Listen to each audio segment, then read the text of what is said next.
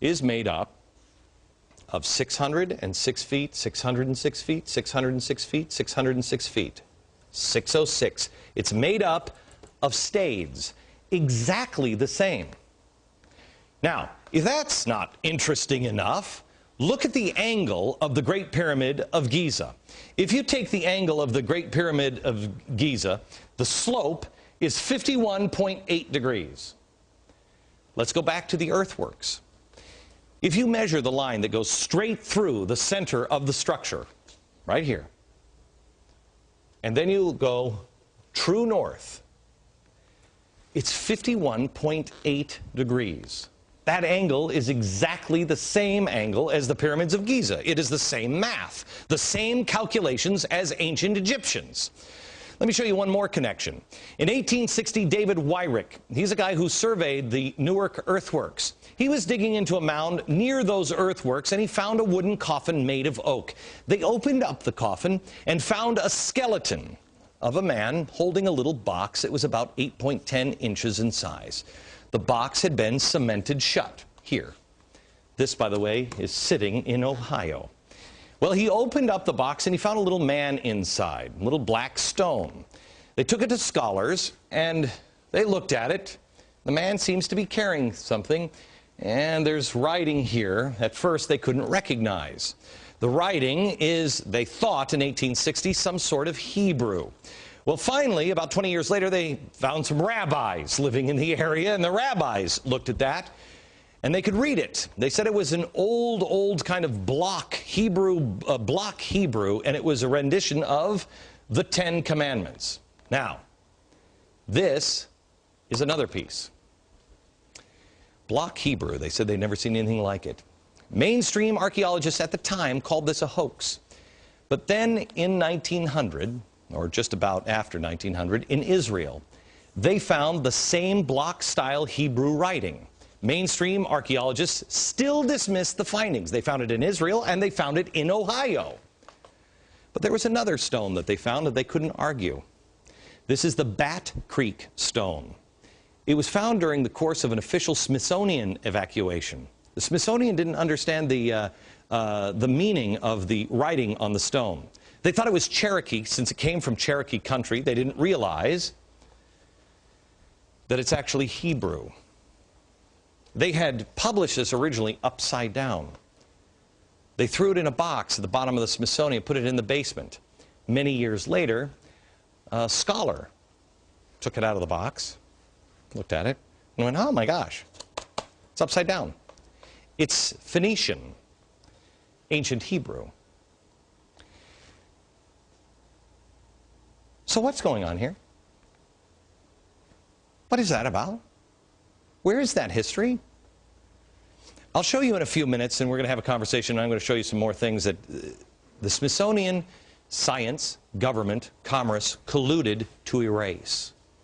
By the way, I want to thank the directors of the documentary Lost Civilizations of North America for bringing these stories to my attention. I was blown away. To find more, visit the website lostcivilizationdvd.com. Here's the thing we should be asking ourselves.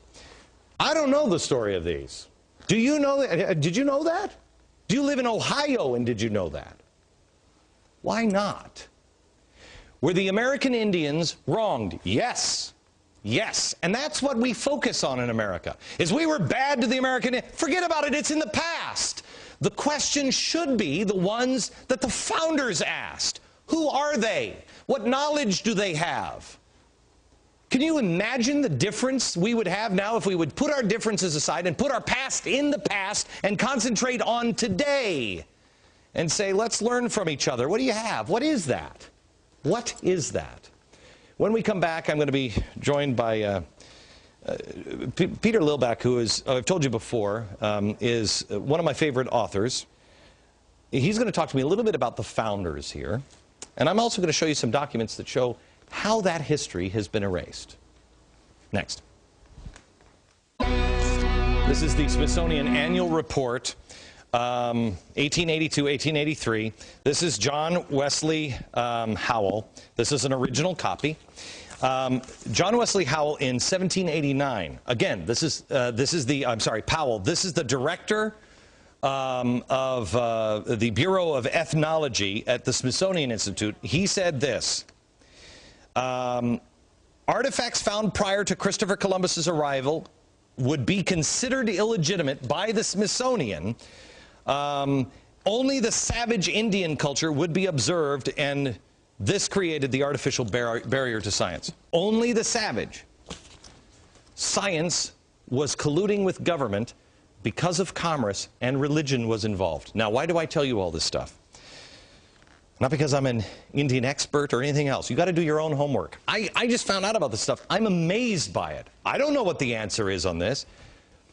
The reason why I bring it up is the stock is not bad. The soup went bad, but the stock is not. Peter Lilback, Dr. Peter Lilback. How are you, sir? Good to see you. This is a book that needs to be owned by every American. Every single American should have this book in their home. It's called Sacred Fire. These are the words of George Washington, and it takes history absolutely apart. Apart. Not on somebody's opinion, but on their own words, on his words. Peter, I want to go to you and talk to you a little bit about, again, the stock. George Washington had a good relationship. Our founders had a good relationship with the Native Americans, right? There's no question about that. When they came to America, they realized they could not survive without a close relationship with the Indian people. The greatest story, for example, is the Pilgrims who were blown off course. 800 miles out of their destination in Virginia, they're in Massachusetts. They land on ground, and they're in the middle of nowhere, no government. They make the Mayflower Compact, so they have government when they land. And there's no Native Americans there because a plague had gone through, but one person shows up. He happens to be a Native American that knew English. He'd actually been taken captive to England. He'd learned English. He'd gotten his freedom. He came back, his people were gone.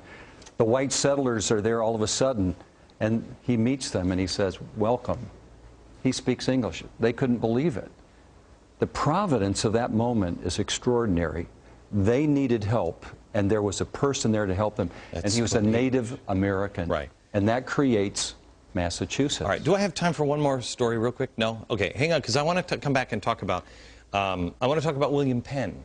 Because William Penn said something when he was working with the Indians that is critical to understand the truth, I think, about America. And we'll do that next.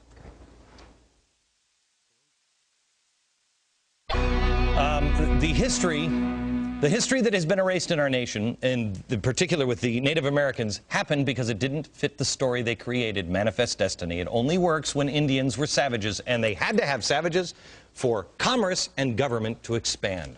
The ancient artifacts prove otherwise. Why aren't we looking into those? Peter Lilback is the president of Providence Forum and the author of George Washington's Sacred Fire. Okay, Peter. I think a great place for Americans to understand the truth about Americans and Native Americans and African Americans, and all of it. It comes from William Penn. Tell the story. Great story. Philadelphia, the great founding city of the United States. That's where government began. It was founded by William Penn. He wanted a city without walls. And he determined that he would do it by making a constant commitment to justice and ethics with the Native Americans. There never was an Indian war with William Penn. And there's a wonderful treaty that still exists that describes the commitment they made. And it says this: there are good people and bad people among all people. There are good and bad Indians. There are good and bad Christians. That's what he called them in Philadelphia. And he said, we must come together so that we will address these problems that will come with respect and by communication, affirming the good. That's where we need to be.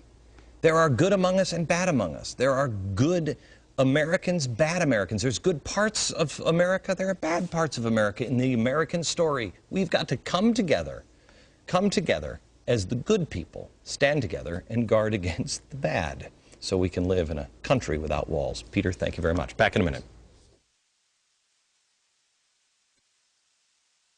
Expand our own understanding of America, good, bad, and ugly, with the Civil Rights Movement tomorrow and Friday. And then we'll see you down at the mall in Washington, D.C. on 8/28. Don't miss it. History in the making from New York. Good night, America.